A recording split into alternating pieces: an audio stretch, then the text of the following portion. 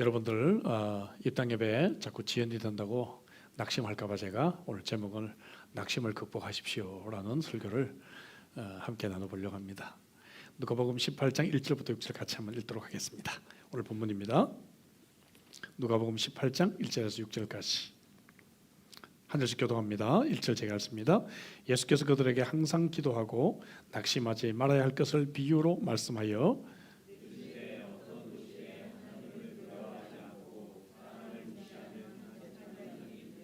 그 도시에 한 과부가 있어 자주 그에게 가서 내 원수에 대한 나의 원한을 풀어주소서 하되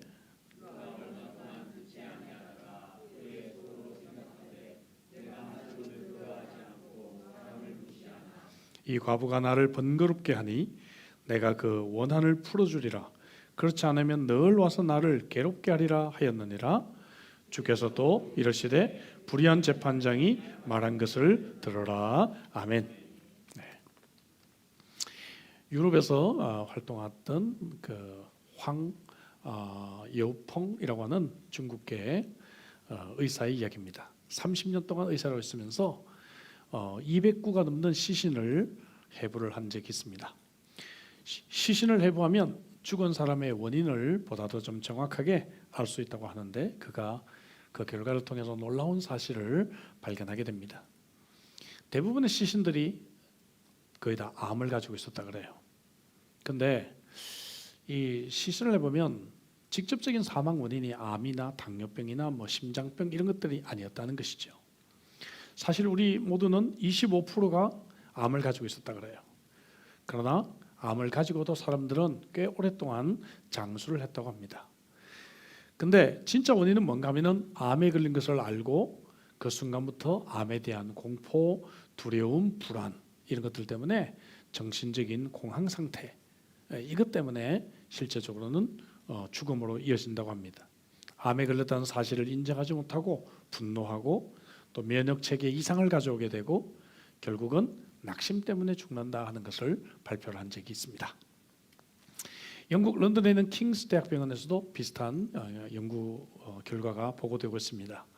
유방 절제 수술을 받은 57명의 여성들의 상태를 추적했는데 암 판정을 받고 난 뒤에도 긍정적인 태도를 가진 사람은 10명 가운데 7명이 10년 뒤에도 여전히 살아있었는데 반대로 절망감을 느낀 사람은 10명 중에 8명이 이미 사망을 한 상태였다. 그런 보고서가 있습니다. 여러분 낙심하면 죽습니다. 여러분 기억하셔야 됩니다. 예. 꿈과 비전을 가지고 여러분 모험을 하는 자에게 가장 무서운 적이 있다면 바로 낙심이죠. 왜냐하면 모험의 길, 믿음의 길은 항상 많은 장애물들이 기다리고 있기 때문에 그렇습니다. 낙심이라는 것이 뭔가? 한자어로는 마음이 떨어진다 그 말이에요. 마음이 떨어진다. 영어로는 disappointment라고 합니다. appoint가 약속이란 말이죠. 약속이 안 이루어졌다고 말해요. 그죠? 약속한 것들이 일어나지 않았다는 것입니다. 어떤 일이 일어났으면 좋겠는데 안 일어난 것이죠. 희망을 걸었는데 바라던 일들이 안 바라지는 것입니다. 건강하기를 소원했는데 병이 걸렸고 성공하기를 바랐는데 실패했고 행복한 가정을 바랐는데 가정이 아픔이 찾아왔고 능력을 발휘하고 싶었는데 실직을 경험하는 것 이것이 바로 disappointment 낙심이다 그렇게 말해요. 히브리어 단어가 재밌습니다. 아타프인데요. 아만 빼고 타프를 뒤집어 놓으면 아프다요 아프다. 예. 실제적으로 이 말은 아프단 말입니다. 알겠죠? 예, 한국말이랑 비슷해요. 아프다, 상하다 그런 의미를 가지고 있습니다. 용기와 희망과 자존심을 완전히 잃어버린 상태 그렇게 정의를 합니다. 예. C.S. 루이스의 유명한 해학이 있죠. 그는 이제 사탄 무기 전시장을 글을 쓴 적이 있습니다. 근데 전혀 위협적으로 보이지 않으면서도 가장 오래된 무기, 재래식 무기 그러면서도 가장 값진 최고가를 매겨놓은 무기가 있었는데 그것이 바로 뭔가? 그것이 바로 낙심이라고 하는 무기였습니다. 그러니까 사탄은 낙심이라는 무기를 오래전부터 지금까지 너무나 잘 사용해서 사람들의 마음을 금방 넘어지게 하고 실패하게 한다는 것을 보게 되는 것입니다. 오늘 낙심의 원인을 몇 가지 우리가 다 알지만 또 생각해보고 이 낙심의 극복을 생각해 보도록 하겠습니다. 첫째, 낙심하는 이유는 상실감과 좌절감이 우리에게 찾아오기 때문에 우리 낙심합니다. 특별히 사랑하는 사람을 잃었을 때, 오늘 이 본문은 과부 이야기로 시작이 됩니다. 과부는 남편을 잃은 사람이죠. 이처럼 사랑하는 사람을 상실했을 때 우리에게는 낙심이 찾아옵니다. 야곱이 사랑하는 아들 요셉을 잃고 난 뒤에 창세기 31장 34절 35절에 보면 그 얼마나 큰 낙심 가운데 빠져 있는지를 우리는 알게 되는 것입니다. 혹은 내가 사람은 아니더라도 사랑하는 것들을, 좋아하는 것들을, 내가 아끼던 것들을 내가 잃었을 때, 평생 내가 바쳤던 내 사업체가 망했을 때, 혹은 또 우리가 인간관계 속에서 어떤 신뢰가 깨어졌을 때 낙심하게 됩니다. 이것은 여러분 특별히 가장 믿었고 가장 가까웠던 사람의 그러한 배신이라든지 실망 때문에 낙심이 생기는 것이죠. 예수님도 사랑하는 제자들의 배신 앞에서 마음이 무너지는 경험을 하셨습니다. 무엇보다도 십자가에서 하나님과의 관계가 단절되었을 때, 그때 예수님은 크게 낙담하셨다는 것을 우리는 알고 있습니다. 특별히 우리는 이민자로 살아가면서 여러분 가졌던 꿈들이 하나둘 우리가 접어야 되고, 특별히 나이가 들면서 우리는 젊었을 때 꿈들을 하나둘 포기해야 될 때 우리들에게는 여러 가지 낙심이 찾아올 수가 있습니다. 잠언 13장 12절에 보니까 소망이 더디 이루게 되면 그것이 마음을 상하게 하나니 소원이 이루는 것은 곧 생명나무니라, 이런 말씀이 있습니다. 이런 이유 때문에 우리는 낙심을 경험하게 되는 것입니다. 두 번째 우리가 낙심을 경험하는 것은 피곤입니다. 혹은 탈진. 오늘 현대인들의 특징들은 매우 바쁘게 살아간다는 것이죠. 동시에 여러 가지 일들을 감당해야 됩니다. 특별히 근래 우리가 가지고 있는 이 핸드폰은 우리의 모든 생활 리듬을 바꾸어 놨습니다. 이제는 언제든지 누구에게든지 지구촌 누구에든 연락합니다. 특별히 작년 코로나 시대가 시작되고 난 뒤에 저도 꼼짝없이 온라인 회의 같은 거 참여하게 됩니다. 옛날에는 그저 한국에 있는 이사회 못 가면 그냥 끝이었는데 이제는 온라인으로 모든 회의를 하니까 꼼짝없습니다. 여러분 전화 받지 않으면 5분 내에 바로 문자가 옵니다. 계속해서 우리는 이런 바쁘고 동시에 여러 가지 일을 감당해야 되는 이런 시대 속에 살아가고 있죠. 이 속도를 따라가기 위해 우리는 더 열심히 일을 해야 합니다. 그러다 보니까 우리도 모르는 사이에 쉽게 지치고 피곤하고 우리의 어쨌든 심적인 상태가 매우 참 피곤해 있다는 것을 우리는 모르고 있는 것이죠. 초조함이 있습니다. 히브리서 12장 3절에 피곤하여 낙심하지 않기 위하여. 피곤하면 누구나 여러분 낙심이 찾아오게 된다 하는 것이죠. 엘리야가 탈진했을 때 나를 죽여달라고 그렇게 그는 하나님 앞에 그러한 낙심의 마음을 표현한 적이 있습니다. 세 번째로 여러분 낙심이 찾아오는 것은 결과가 지연될 때 낙심이 찾아오는 것이죠. 그렇죠? 여러분 우리가 왜 낙심합니까? OC가 나올 줄 알았는데 안 나오니까 자꾸 낙심이 드는 거죠. 그렇죠? 우리는 낙심할 이유가 없습니다. 근데도 꿈을 가지고 열심히 일했는데 결과가 빨리 안 나오면 낙심하게 되는 것이죠. 열심히 공부했는데 성적이 안 올라요? 낙심하는 것이죠. 다른 사람을 위해 최선을 다해 일했는데 아무도 알아주지 않아요? 그럼 또 낙심이 드는 것입니다. 그렇죠? 내가 남편 없는 사이에 열심히 집안일 했는데 솔직히 집안일 열심히 해봐야 별로 표가 나나요? 별로 표가 안 나잖아요. 그렇죠? 근데 남편은 뭡니까? 그걸 또 알아주지 못하죠. 그럴 때 낙심이 찾아옵니다. 갈라디아서 6장 9절에 선을 행하되 낙심하지 말지니 때가 이르면 거두리라. 선을 행하되 낙심하지 말지니 때가 이르면 왜 이런 말을 했어요? 결과는 항상 자꾸 지연될 수 있기 때문에.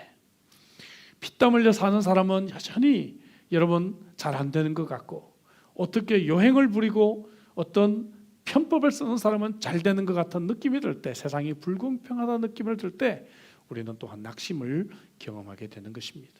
하나님의 뜻이라고 믿고 간절히 기도했는데 풀리지 않고 길이 막히고, 그죠? 뭔가가 여러분 변화가 없습니다. 남편을 위해서 10년 20년 기도했는데 남편 변화되기는커녕 나이 들수록 점점 더 악화되는 것 같고요. 그죠? 자식을 위해서 그렇게 기도했는데 이 자식이 그죠? 교회에 나오려고 하는 생각이 전혀 없는 것 같고, 이럴 때 우리들에게 낙심이 찾아온다는 것이죠. 나폴레옹의 유명한 일화가 있습니다. 알프스 산을 이제 진격을 해서 넘어서 전쟁을 해야 되는데 먼저 정탐꾼들을 앞에 보냈습니다.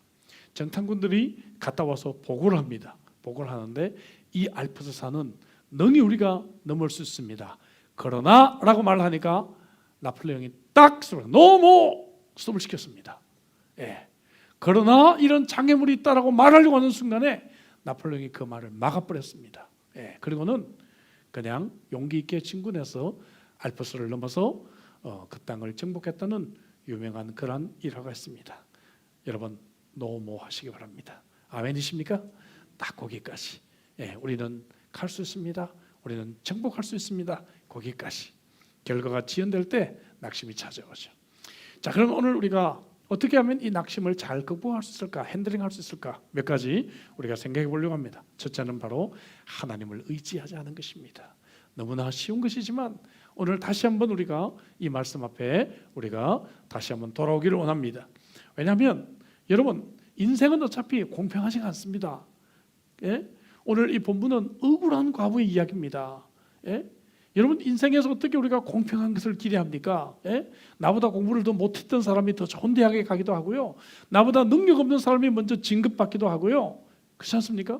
예, 세상은 불공평의 연속입니다. 불공평의 연속입니다. 예.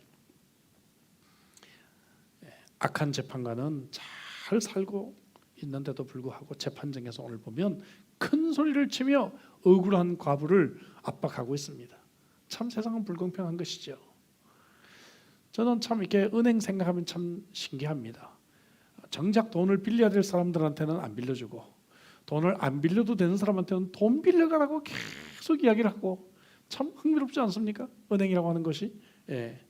인생은 탄생부터가 불공평입니다. 누구는 한국이나 호주 같은 좋은 나라에 태어나고 누구는 지금도 고통을 겪고 있는 그러한 시리아 같은 나라에 태어나서 그렇게 난민으로 살아야 된단 말입니까? 가정도 다르고 우리는 다 다릅니다. 그러나 여러분 하나님은 공평하신 하나님이신 줄로 믿습니다. 하나님은 불쌍한 과부를 오늘 살려주시는 하나님이신 줄로 믿습니다. 이것이 성경의 기록이 되어 하나님은 결코 이러한 가난하고 억울한 사람을 하나님은 그냥 지나치지 아니하시는 하나님이라는 것을 우리에게 알려주고 있는 것입니다. 룻을 보십시오. 얼마나 팔자가 기고합니까? 그런데 하나님은 룻을 통해서 놀라운 역사를 이루시는 그러한 하나님이십니다. 여러분 에스더를 보십시오. 고아였습니다. 이 에스더를 통해서 하나님은 한 나라의 왕비가 되게 하시고 에스더를 통해서 온 이스라엘 민족을 구원하시는 그러한 멋진 하나님이신 줄로 믿습니다. 요셉을 보십시오. 그는 티네이저 때 애굽으로 팔려갔지만 노예였지만 노예를 통해서 하나님은 애굽의 총리가 되게 하시는 멋진 하나님이신 줄로 믿습니다. 예수님은 가난한 무명의 목수의 아들이셨습니다. 초등학교도 제대로 나오지 못한 아브라함 링컨이 미국의 대통령이 되었습니다. 하나님의 사람들은 하나님의 공평하심을 입는 줄로 믿습니다. 우리는 그래서 하나님의 공평하심을 의지하고 세상을 의지하는 것이 아니라 우리는 하나님 의지하기 때문에 우리는 낙심을 극복할 수가 있을 것입니다. 하나님은 지금도 살아계시기 때문이죠. 다윗은 특별히 여러분 사무엘상 30장에 보면 아말렉 사람들의 공격을 받고요, 가지고 있던 것을 뺏기고 자기의 아내와 사랑하는 사람들을 모조리 포로로 잡혀가는 아픔을 겪었어요. 이를 겪고 나니까 자기를 따르던 사람들이 자기를 돌로 치려고 하는 그러한 가까운 사람들에게 배신을 당하는 아픔을 그가 겪었습니다. 그때 지어졌던 시편 28편에 보면 내가 하나님을 의지하고 힘을 얻겠다. 하나님은 환난 중에 나의 피난처가 되신다. 그렇게 그가 고백하고 있습니다. 고린도서 1장 3절 4절처럼 하나님은 슬픔과 아픔을 당한 우리들에게 위로가 되신다고 말씀하고 계십니다. 낙심의 상황은 더욱 우리로 하여금 하나님을 의지하게 합니다. 할렐루야. 여러분 이 낙심의 상황을 통해서 더 하나님 의지하는 우리 공동체 저와 여러분들 되시기를 주의 이름으로 축복합니다. 두 번째, 우리가 낙심을 극복할 수 있는 것은 하나님의 섭리를 우리가 늘 묵상하자는 것입니다. 하나님은 지금도 일하신다는 것입니다. 그리고 이 낙심의 상황을 통해서 나를 빚고 계시고 나를 성숙하게 만드시는 하나님의 손길을 우리는 알아야 합니다. 여러분 우리는 말씀드린 대로 가까운 사람들에게서 낙심을 경험합니다. 변화될 거야. 내가 한 일에 대해서 알아줄 거야. 보상해 줄 거야. 그런 기대를 합니다. 그러나 여러분 그것이 이루어지지 않음으로 인해서 인생이 얼마나 연약한지, 인생이 때때로 얼마나 악한 존재인지, 사람이 얼마나 죄인인지를 우리가 알게 되고, 따라서 예수 그리스도께서 왜 이 땅에 오셨는지를 우리는 더 깊이 이해하게 되는 것입니다. 저도 이번에 참 별거 아닌 문제인데, 그리고 그냥 참 어떻게 보면 난센스와 같은 그런 것들로 인해서 참 이게 지연이 되고 있는 것을 보면서 관계자들이 그런 얘기를 하더라고요. 목사님, 사람은 참 나쁘고 죄인입니다. 그 얘기를 하더라고요. 그래서 이분 곧 예수 믿겠구나 저는 속으로 그렇게 생각했습니다. 사람이 이렇게 나쁘고 죄인인 거 알면 기독교의 절반 들어온 거 아닙니까? 그렇죠?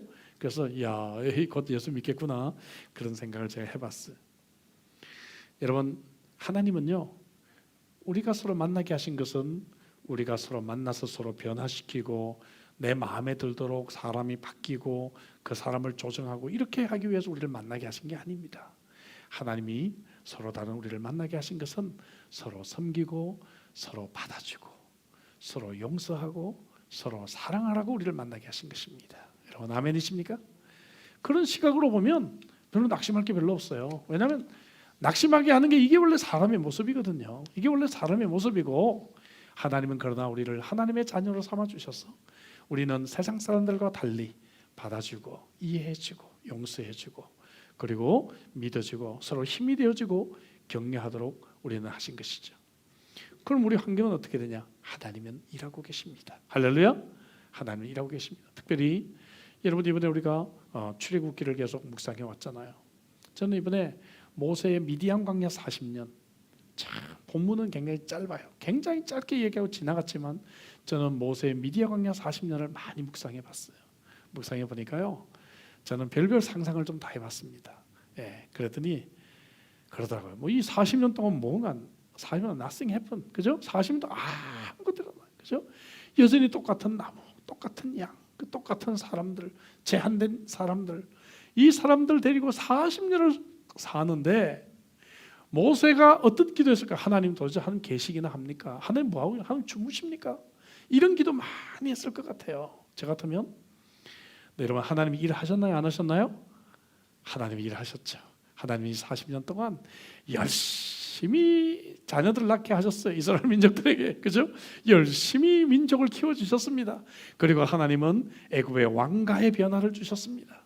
하나님은 참 많은 걸 주면 무엇보다도 모세 자신을 광야의 리더가 되게 광야가의 생리를 잘 배우시도록 하나님이 섭리하셨죠. 여러분, 우리가 낙심되는 이 상황에도 하나님은 지금도 열심히 일하고 계시는 줄로 믿습니다. 하나님은 열심히 지금도 일하고 계십니다. 나를 대신해서. 여러분, 이것이 우리에게 참으로 확신이 되시기를 주의 이름으로 축복합니다. 이 확신이 우리에게 있어야 돼요. 낙심은 우리의 인생길에서 시간이 더 많이 걸리고 더 많은 대가를 지불해야 된다는 것을 배우게 되죠. 우리는 너무 빨리 성취하려고 하는 경향이 있습니다. 모세는 80년을 준비했고 요셉은 13년을 준비했습니다. 여러분, 우리가 너무 빨리 되면 내가 했다는 생각이 들 수 있어요. 내가 아무리 노력해도 안 될 때 우리는 하나님 의지하고 하나님의 손길들을 기다리게 됩니다. 여러분, 그래서 참 이 사춘기 자녀를 키워본 부모들은 성숙하잖아요. 내 마음대로 자식도 안 된다 하는 걸 깨닫게 되잖아요. 우리는 그때부터 성숙하게 되는 것입니다. 하나님의 섭리를 붙잡게 되는 것이죠. 모든 것을 하나님을 사랑하는 자, 곧 그 뜻대로 부르심을 입은 자들에게는 모든 것이 합력하여 선을 이루느니라. 로마서 8장 28절 말씀을 우리는 붙잡게 되는 것입니다. 마지막 세 번째, 이 낙심의 상황을 극복하기 위해서 우리는 하나님께 기도해야 될 줄로 믿습니다. 왜냐하면 하나님은 전능하신 하나님이시기 때문에 그래요. 오늘 본문에서 낙심과 대조되는 표현이 무엇인가? 기도예요. 다른 거 없어요. 낙심을 버리라, 용기를 내라, 뭐 화이팅, 뭐 이런 거 없어요. 한국 사람 화이팅 좋아하잖아요, 그죠? 그래서 외국 사람들이 자꾸 화이팅이 뭐냐 물어봐요. 그래서 파이팅 그러면은 아니 왜 싸우냐고 그래요. 이게 싸우는 게 아니라 서로 be encouraged, 서로 격려하는 거다. 열심히 하자고. 근데 왜 파이팅이라고 하냐고 또 물어봐요. 어쨌든 그 문화입니다, 그죠? 그래서 오늘 본문에 보면 낙심도 하고 뭐 파이팅 이런 게 없어요, 그죠? 중국말로 뭐 짜요 뭐 그러죠, 그죠? 그런 게 없어요. 본문에 낙심을 극복하는 비결은 기도라고 분명히 나와 있습니다. 그래서 우리는 낙심이 될 때마다 더 하나님께 기도해야 될 줄로 믿습니다. 기도는 꿈이 있는 사람만이 하는 것이고, 소원이 있는 사람만 하는 것이고, 내 한계를 아는 사람만 하는 것이고, 내 한계를 초월한 하나님의 능력을 아는 사람만이 기도하는 사람인 줄로 믿습니다. 하나님은 기도하는 사람에게 장애물을 제거하시고 비전과 용기를 주시는 하나님이십니다. 2차 세계대전 때 이야기입니다. 어느 병사가 숲속에서 몰래 누군가 이야기를 하다가 붙잡혔어요. 나는 기도만 하고 있었다고 주장했지만 아무도 그 말을 믿지 않고 재판에 회부되었습니다. 그의 판결을 맡은 장교가 그에게 물었습니다. 너는 간첩과 소통했다는 죄로 끌려왔는데 당신은 정말 기도하는 습관이 있는가? 네, 그렇습니다. 그래? 그럼 당장 무릎 꿇고 기도 한번 해봐. 기도를 시켜보는 거예요. 그랬더니 이 군인이 마음을 가다듬고 그 자리에서 기도를 하기 시작하는데 성령께서 그의 마음에 역사해 주셔서 그의 기도가 간절하기 시작했습니다. 그래서 전쟁을 위해서 기도하고, 우리의 사랑하는 전우들을 위해 기도하고, 또 두고 온 조국을 위해 기도하고, 뿐만 아니라 지금 나의 재판을 맡고 있는 재판관을 위해서 간절하게 기도를 하는데, 이 긴 기도가 끝나자 재판관이 큰 도전을 받았습니다. 감명을 받았습니다. 그리고 말합니다. 자네 기도에 내가 큰 감동을 받았네. 자네는 그만 가도 좋네. 석방했다고 합니다. 기도할 때 하나님이 그를 보호해 주셨습니다. 여러분, 하나님은 어떠한 상황에서도 해결할 수 있는 능력이 있으신 하나님이신 줄로 믿으시길 바랍니다. 그러면 우리 낙심을 극복할 수 있을 것입니다. 본문에서 강조하는 것은 무엇입니까? 끈기 있는 기도, 포기하지 않는 기도. 그러면 하나님은 반드시 응답하실 것이라고 약속해 주고 계십니다. 여러분, 성경에 가장 대조되는 두 인물, 사울과 다윗 아니겠어요? 사울과 다윗의 가장 대조점이 무엇입니까? 사울은 기도의 사람이 아니고 자기 힘과 자기 능력으로 자기 기분에 따라 행동하며 결코 하나님께 묻지 않습니다. 그러나 반대로 다윗은 뭡니까? 실수하기도 하고 잘못하기도 하지만 그는 하나님께 묻고 하나님께 기도하는 사람이었어요. 그래서 하나님은 하나님의 마음에 합한 자라고 다윗을 인정했다는 것입니다. 여러분, 낙심될 때 전능하신 하나님 붙들고 기도하기를 바랍니다. 끝까지 기도하기 바랍니다. 여러분, 이번 주간 더 열심히 기도해 주시기를 바랍니다. 사랑과 응답받는 축복의 성도들이 되시기를 바랍니다. 파스칼은 방세 43편에서 430편에서 이런 말을 했습니다.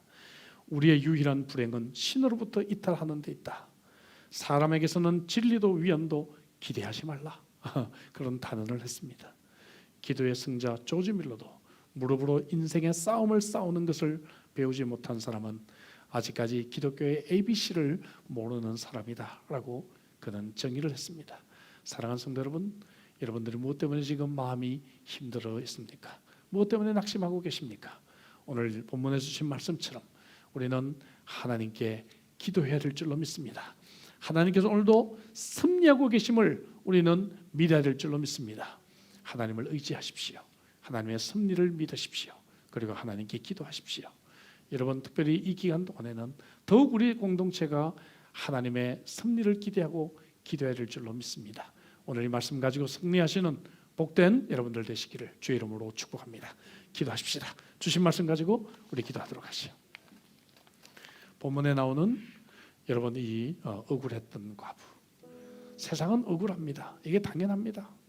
세상은 죄가 있기 때문에 불공평합니다. 사람들은 나에게 상처를 주는 것이 어쩌면 자연스러운 모습입니다. 여러분, 그것에 우리가 낙심할 필요 없어요. 그게 원래 인간입니다. 그렇죠? 저도 이번에 경험을 하면서 인간이 원래 이렇지 생각하니까 뭐 별로 낙심이 되지 않아요. 여러분, 원래 인간이 이런 존재예요. 그러나 우리가 감사할 것은 내가 그런 존재가 아닌 것 감사하잖아요. 할렐루야. 그리고 나는 이것 때문에 하나님 의지할 수 있잖아요. 할렐루야. 우리는 하나님의 능력을 믿습니다. 하나님은 지금도 열심히 우리를 위해서 일하고 계시고 섭리하고 계신 하나님이신 줄로 우리는 믿습니다. 우리는 비록 다 알지 못하지만 하나님은 우리 인생에서 가장 아름다울 때 우리의 기도에 응답하실 것입니다. 우리 슐롬교회 공동체도 가장 좋고 가장 합당한 때 우리들에게 입당을 허락하시고 또 이 기쁨을 주실 줄로 믿습니다. 오늘 이 말씀 가지고 우리 한번 간절하게 주 앞에 기도하시기를 바랍니다. 기도하시겠습니다.